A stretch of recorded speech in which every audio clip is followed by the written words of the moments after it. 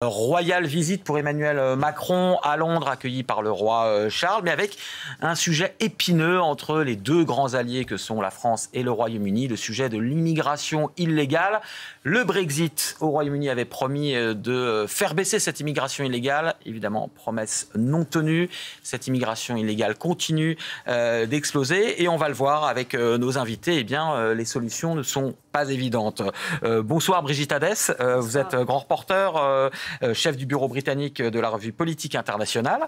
À vos côtés, Julien Goudichaud, bonsoir. Bonsoir. Vous êtes réalisateur de documentaires, grand reporter notamment pour notre magazine Envoyé spécial. Vous avez fait il y a 2 ans une traversée de la Manche avec des migrants dans un documentaire absolument saisissant. Et on va en parler puisque dans cette émission, on aime retourner sur le terrain pour expliquer le monde. Sur ce plateau également, Yves Pasquot, vous êtes spécialiste des politiques migratoires de l'Union européenne et senior advisor au European Policy Center. Alors, on va tout de suite aller justement d'abord sur le terrain de ce qui s'est passé il y a quelques jours. Regardez les images de ces gendarmes français qui, notamment à la demande des autorités britanniques, ont crevé à coups de couteau les embarcations sur lesquelles voulaient monter des migrants. Solution peut-être un petit peu radicale, mais faute d'autres solutions. Voilà ce qui s'est passé il y a quelques jours. J'avais envie tout de suite de vous demander, à vous, Julien, après on parlera de votre reportage, que vous évoquez ces images quand vous les voyez. Elles font froid dans le dos, parce que, comme ça, d'apparence, on voit juste des personnes avec des gilets de sauvetage sur un bateau, mais ce que l'on ne sait pas, c'est qu'ils sont entassés à l'intérieur, ils sont littéralement compressés. Et lorsque l'on crève une embarcation comme ça devient ni plus ni moins qu'une guimauve dans laquelle on s'enfonce dans l'eau. On peut le voir à l'image, il y a une dame qui s'enfonce littéralement avec le bateau dans l'eau, avec un enfant. Il y a un homme derrière qui a les pieds au niveau de la tête, c'est-à-dire que là, il y a encore de l'eau jusqu'aux genoux. Mais si c'est 5 mètres plus loin, voire 10 mètres plus loin, qu'on a de l'eau jusqu'au cou, et que le bateau s'enfonce, c'est un sac poubelle qui s'en referme sur les passagers qui vont les entraîner au fond de la mer. Donc, on va aller vers un drame. Si on encourage ce genre de pratique, on encourage le fait que les policiers recommencent. Et j'ai peur que l'on arrive... Et on verra tout à l'heure, un peu plus tard dans l'émission, ce que vous avez vécu, Julien. On va tout de suite écouter ce qu'a dit Emmanuel Macron cet après-midi au Parlement britannique. Et on en discute avec vous tout à l'heure. Écoutez ce qu'a dit le président devant les Britanniques. La France et le Royaume-Uni ont une responsabilité commune pour aborder la migration irrégulière avec humanité, solidarité et équité. Les décisions que nous prendrons à notre sommet bilatéral répondront à nos objectifs de coopération et de résultats tangibles sur ces enjeux majeurs. Brigitte Hadès, donc vous avez suivi cette intervention du président. Il annonce des annonces pour jeudi. Quelles pourraient-elles être ?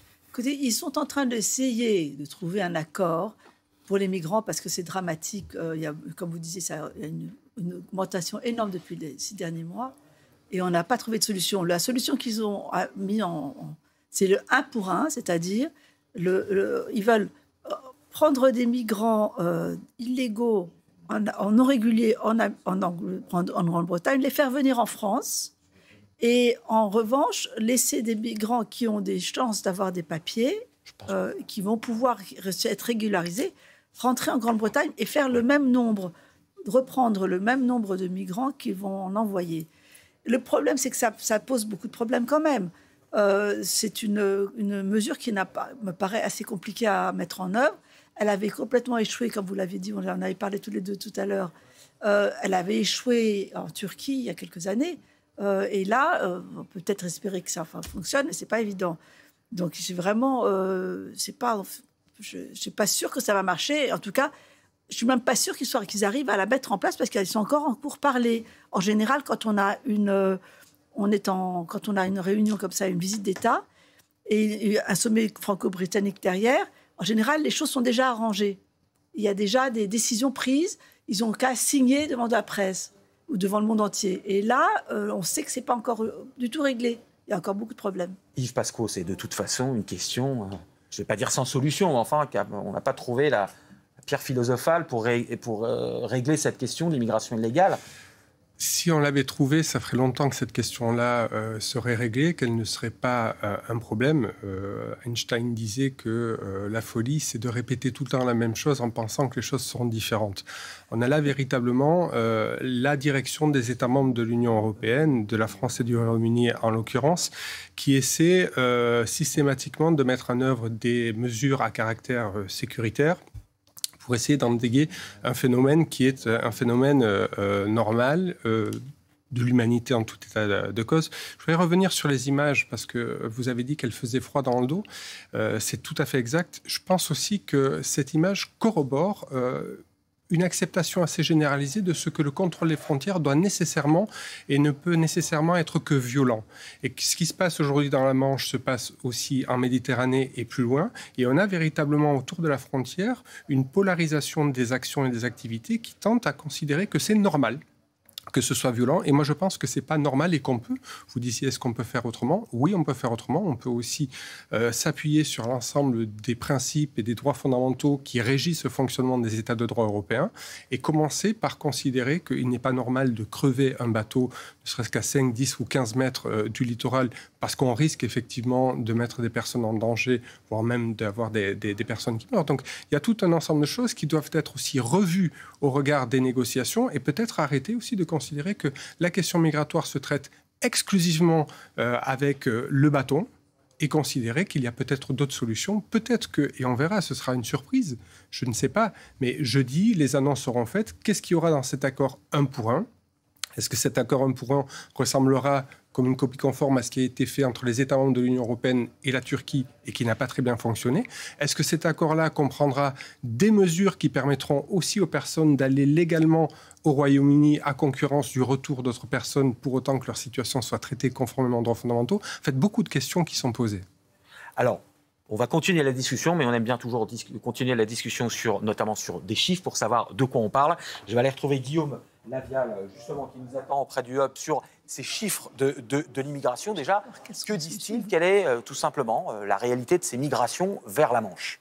Eh bien, pour regarder le bilan, on va d'abord regarder les chiffres des traversées réussies. Sur les 6 premiers mois de 2025, ce sont près de 20 000 traversées qui ont été un succès en direction du Royaume-Uni. C'est en tout cas ce que disent les autorités britanniques. Pour avoir une comparaison, par rapport à la même période en 2024, c'est plus 48%. Et pour 2023, plus 75%. Ces traversées, elles sont de plus en plus dangereuses. 76 morts par noyade sur l'année 2024. À titre de comparaison, en 2019, ce sont seulement 9 décès recensés dans la Manche. Quelles sont les raisons de ces décès ? Regardez, on est au-dessus de ce détroit du Pas-de-Calais, long de 33 km à son endroit le plus étroit. Cependant, il est complètement verrouillé autour des villes de Calais. Conséquence, les départs se font de beaucoup plus loin, vers Dunkerque, le Portel, voire le Touquet, augmentant les durées de traversée et les multipliant par 2, voire 3. Alors on voit qu'il y a eu une explosion des chiffres. Pourtant, il y a eu un accord entre le Royaume-Uni et la France, les accords du Touquet. Ils disaient quoi, ces accords ?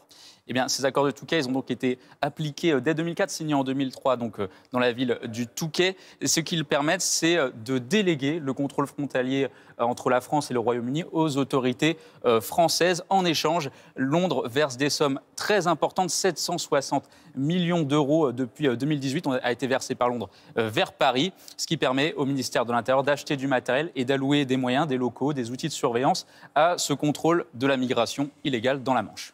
Alors on le sait, beaucoup de migrants vont au Royaume-Uni parce que le Royaume-Uni a toujours cette image d'Eldorado, mais pourquoi ?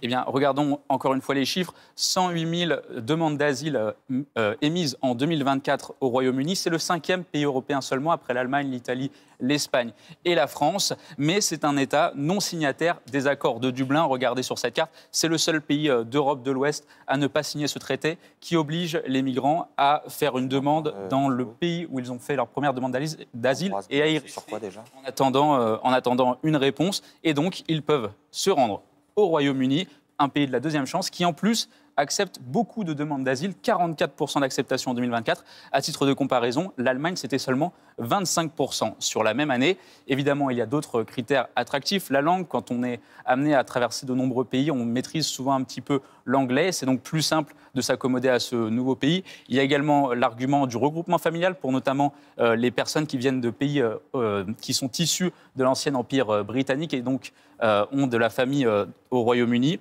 mais également la présence importante de travail au noir au Royaume-Uni, puisque ce travail souvent manuel n'est pas forcément très contrôlé par l'État britannique, en tout cas moins qu'en France et dans le reste de l'Union européenne. C'est donc un sujet très épineux qui devra être traité par cette visite d'Emmanuel Macron et pendant le sommet britannique du 10 juillet prochain. Merci beaucoup Guillaume.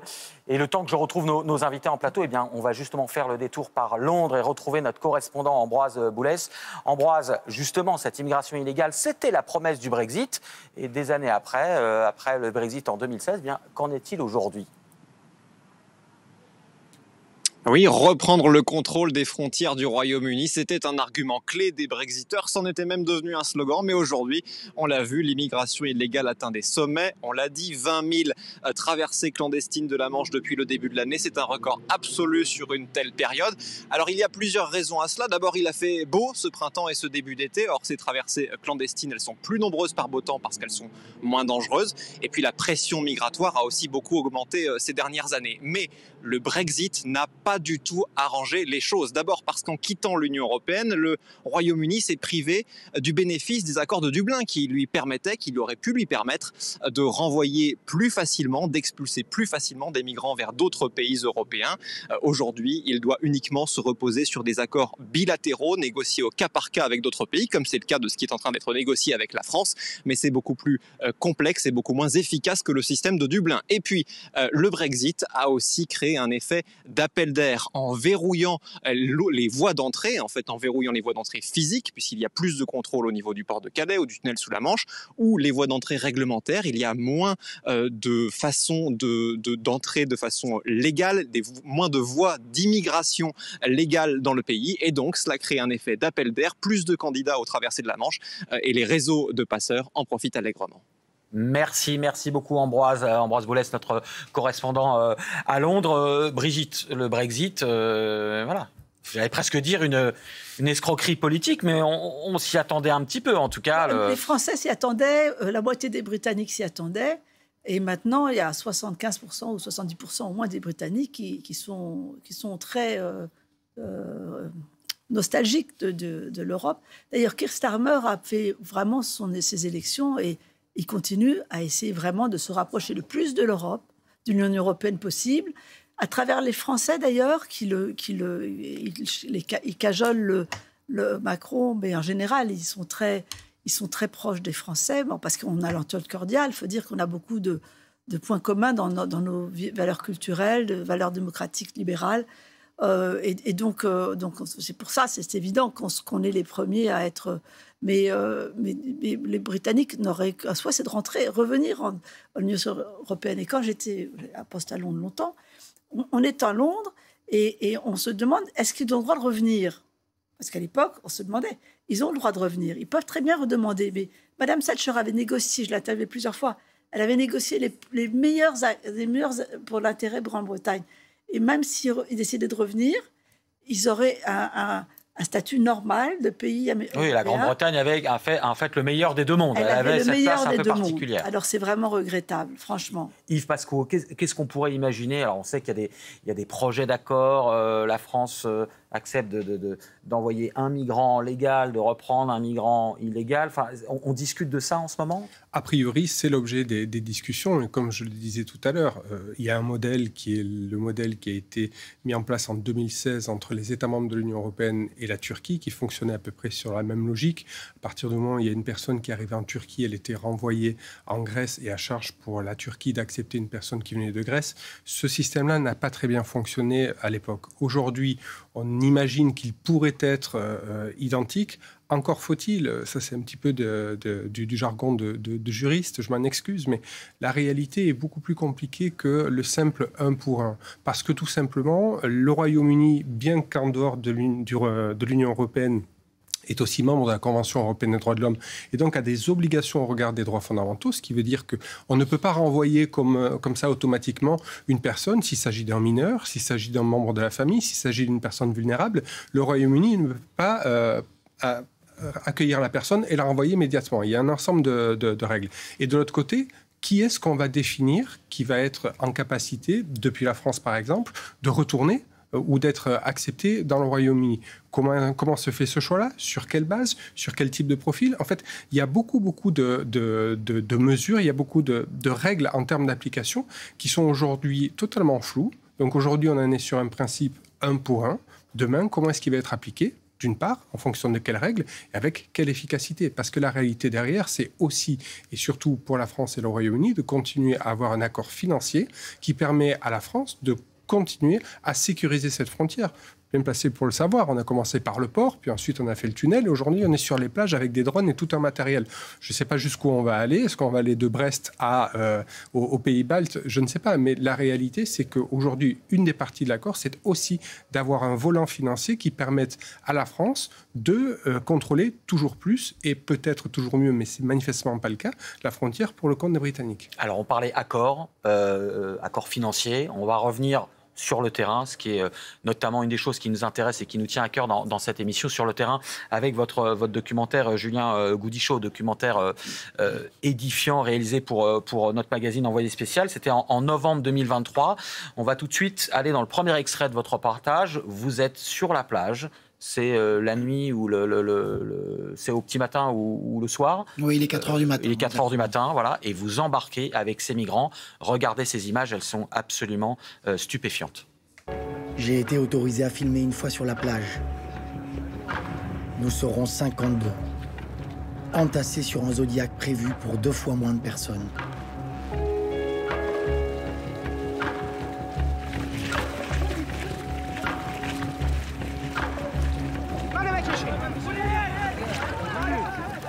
My friend.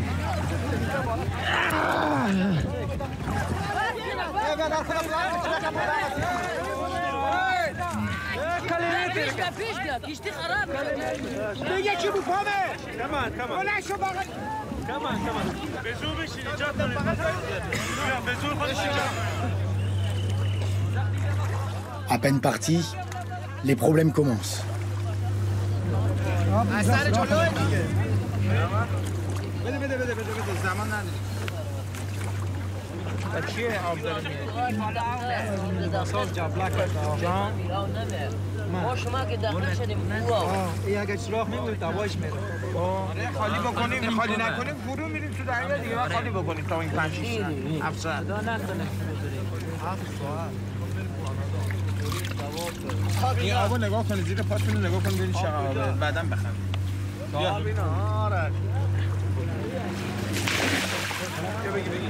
بچه یه خود برین عقب دارین آب خالی میکنین اگه داداش خود عقب برین آب زیاد میشه قایق سنگین میشه خطرناک میشه. Nous sommes partis depuis 1 heure. Le pilote se dirige vers les côtes anglaises à l'aide d'un simple portable.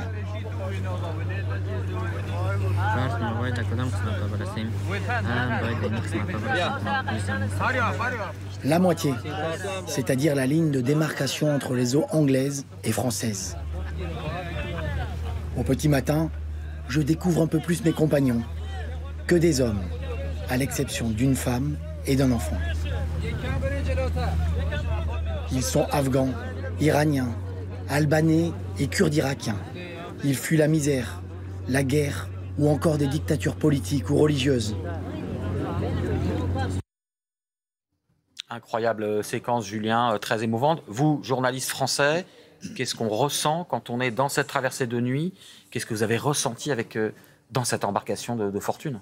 Sur le moment, on ne ressent plus rien. On met son cerveau de côté et on fait corps avec toutes les autres personnes avec qui on est chargé d'embarquer.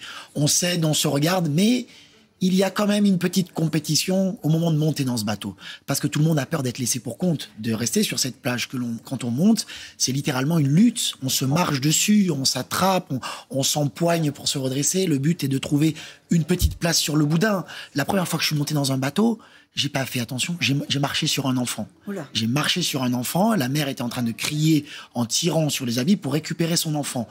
Vous voyez où on arrive, donc... les personnes que l'on voit sur ces plages qui cherchent à embarquer absolument, on monte, on s'assied dans la cale, les femmes et les enfants s'assiedent dans la cale, on est tous compressés. Et quand on est à l'intérieur, ça y est, on peut commencer à se détendre. Imaginez crever l'embarcation à ce moment-là. Non seulement c'est une lutte pour monter et embarquer et se faire une place, mais si on crève l'embarcation une fois dans l'eau, ça sera une lutte pour en sortir. Et il y aura des laissés pour compte, c'est sûr et certain. Et j'imagine il y a certaines personnes qui ne savent pas nager. Donc, elles s'agrippent les unes aux autres si jamais le bateau chavire et ça peut être très dangereux. On va tout de suite aller voir la fin de votre odyssée pour qu'on puisse en parler tous les trois après sur ce plateau. Donc, au bout de quelques heures, vous arrivez au large des côtes britanniques. Regardez ce qui se passe. C'est la suite de votre documentaire. Là encore, des séquences extrêmement fortes.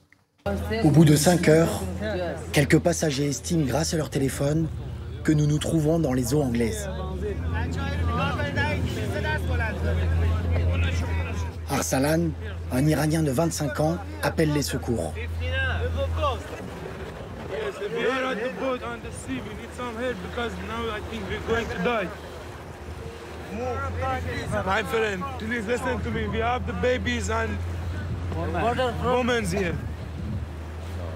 La communication est constamment coupée. Il n'y a pas assez de réseau.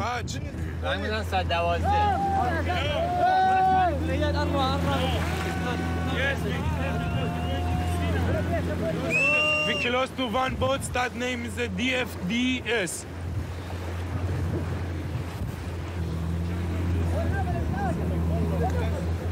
How many people are on your boat? We are close, but the waves is too much and the water coming inside the boat and we're going to fall down. How many people on 50 people, 50 or 55 I think. Okay, can you send us a help? Yes, we are trying to locate you and we're going to send you some help. Okay, thank you so much.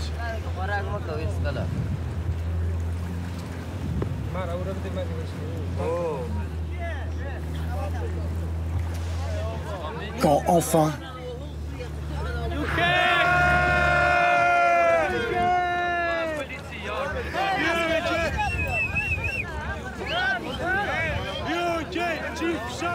nous sommes dans les eaux anglaises et un bateau britannique vient nous secourir.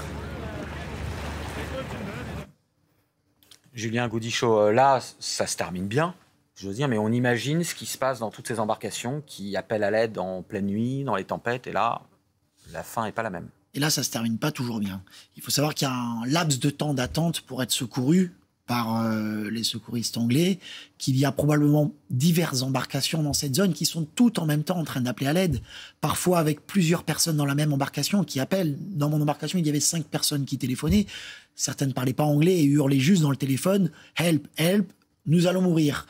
Donc c'est un travail titanesque pour les secours de se dire bon, ils sont où, comment on va les repérer, nous demander où est-ce que vous êtes, est-ce qu'il y a un bateau de telle couleur à tel endroit, parce qu'évidemment on n'a pas véritablement une connexion assez bien pour envoyer des coordonnées GPS et avoir une communication constante. Et je me souviens de ce moment où au bout de 20 minutes, où les vagues montaient, où nous stagnions dans la Manche, on se disait ça y est, ils vont nous abandonner. Il y a des personnes de l'embarcation qui disaient il y a trop de personnes en Angleterre, ils veulent plus de nous, ils vont nous laisser mourir ici, ils ont décidé de pas venir nous sauver. Et là, ça s'énerve, ça s'agite et parfois il y a des bagarres qui éclatent. Brigitte Hadès ou Yves Pasquot, j'ai une question toute simple. Là, on voit, donc ils sont arrivés dans les eaux britanniques, mais même dans les eaux internationales, s'il y a un appel de détresse, comme on l'a vu avec le téléphone, les autorités doivent secourir. Est-ce que ça pourrait être remis en cause d'une manière ou d'une autre? Écoutez, il y a vraiment 2 lois. Il y a le droit international qui ne cherche à intégrer que les migrants qui sont des migrants politiques. Alors, par exemple, il y a des Iraniens qui sont là. Moi, mon mari est iranien. Il a été sauvé en Angleterre. Il a été reconnu par les Britanniques il y a 40 ans. Mais les réfugiés qui sont des réfugiés économiques, ils ont tout à fait le droit internationalement, je parle sous votre contrôle, de ne pas les prendre. Donc, c'est vraiment assez dramatique parce que Mais là, ils seront... Là, ils vont les sauver. Là, ils vont les sauver. Là, on est encore dans le droit d'aller porter assistance. On est dans l'obligation. On est dans l'obligation, c'est le droit de la mer. On a l'obligation d'aller sauver des personnes qui sont en difficulté en mer. Ça, c'est le premier élément. Les images qu'on voit là, elles sont assez terrifiantes parce qu'on voit bien la détresse, la difficulté de ce parcours. On n'imagine même pas les conditions de vie qui ont été préalables à cette arrivée dans la Manche, je pense dans le Calaisis, mais aussi bien avant sur un long parcours migratoire. Sur les 170 000 personnes qui sont arrivées au Royaume-Uni par la mer depuis 2018, 94% ont déposé une demande d'asile, 71% ont été reconnus réfugiés. Voilà. C'est-à-dire que ces personnes-là, qui risquent leur vie, sont en fait, une fois qu'elles sont secourues et qu'elles ont mis le pied sur le territoire britannique, dans les 3/4 des situations, protégées par la Convention de Genève sur le statut des réfugiés. Et c'est ça, en fait, la réalité. C'est que ces personnes risquent leur vie sur des parcours migratoires extraordinairement complexes, difficiles et traumatiques. Et au bout du compte, on se rend compte que, finalement, oui, elles doivent être reconnues réfugiées parce qu'elles viennent d'Afghanistan, parce qu'elles viennent d'Irak, parce qu'elles viennent de zones de la planète où elles sont victimes de persécutions ou de guerre. C'est quelque chose, effectivement, qu'on a souvent entendu. Il se trouve que moi aussi, j'ai fait beaucoup de reportages, y compris notamment en Amérique du Sud, avec ces migrants dans la jungle, et qui disaient, de toute façon, aucune politique ne m'arrêtera parce que je suis prêt à mourir. C'est difficile à intégrer aussi pour des politiques européens, français, parce qu'il y a des considérations nationales et électorales aussi. Mais est-ce que c'est ce que disent ces migrants, que de toute façon, ils recommenceront, quels qu'en soient les risques ? Inévitablement, ils recommenceront. Ils ont une détermination qui est sans faille et ils recommenceront. De toute façon, les côtes anglaises, on les voit, donc pour eux, ça paraît à portée de main. Quand vous dites à un Soudanais que c'est dangereux, que c'est compliqué quand même et qu'il est passé par la Libye, qu'il a passé plusieurs jours en mer, pareil pour ceux qui sont passés par la Tunisie, et qu'on lui dit non, là tu peux pas y aller, c'est trop dangereux, il n'y croit pas. C'est pour ça qu'il y en a qui essayent à bord de kayak. J'en ai filmé un groupe qui a essayé avec un pédalo. Il y en a d'autres qui fabriquent des embarcations carrément sommaires, d'autres qui ont essayé dans des piscines. Il y en a même qui ont essayé à la nage. La police a l'impression de vider l'océan à la petite cuillère. Ils arrêtent un groupe de 80 exilés le matin qui essaient de prendre la mer. Le lendemain, ils les retrouvent. Ils les arrêtent de nouveau. Le surlendemain, ils les retrouvent. À la fin, ils se connaissent. Ils se disent bonjour. Brigitte Hadès, le mot de la fin. Oui, ce qui est dramatique, c'est qu'effectivement, le réfugié politique, les Afghans, les Iraniens, tout ça, c'est certain. Et on ne peut pas les laisser... Mais en plus, le drame, c'est qu'on n'en a pas parlé, c'est les passeurs. Parce que les passeurs, ils ont dépensé tellement d'argent pour passer, pour arriver jusque-là. Ils n'ont même pas le moyen de retourner chez eux. Ils sont totalement acculés à rester pour arriver. Ils ne peuvent pas faire autrement. D'abord parce que c'est dangereux souvent pour eux de rentrer, mais aussi parce qu'ils n'ont pas les moyens de repartir. Ils sont complètement sans rien. Et tous ces hommes, parce qu'après, ils vont finalement faire venir leur famille. Parce qu'en Grande-Bretagne, il y a un truc absolument fabuleux. Dès que vous avez un enfant, vous êtes protégé. Ils vous mettent dans un bed and breakfast à vie, parce qu'ils font des enfants les uns après les autres, souvent. Mais j'ai fait des reportages à Londres. Mais parce que finalement, il y a une loi qui est très, très généreuse en Grande-Bretagne sur le fait que dès que vous avez un enfant, vous devez avoir un toit sur la tête. Et on en rediscutera jeudi, notamment lors des annonces d'Emmanuel Macron, qui sera toujours en visite au Royaume-Uni. Merci à tous les trois. On reparlera de ce thème.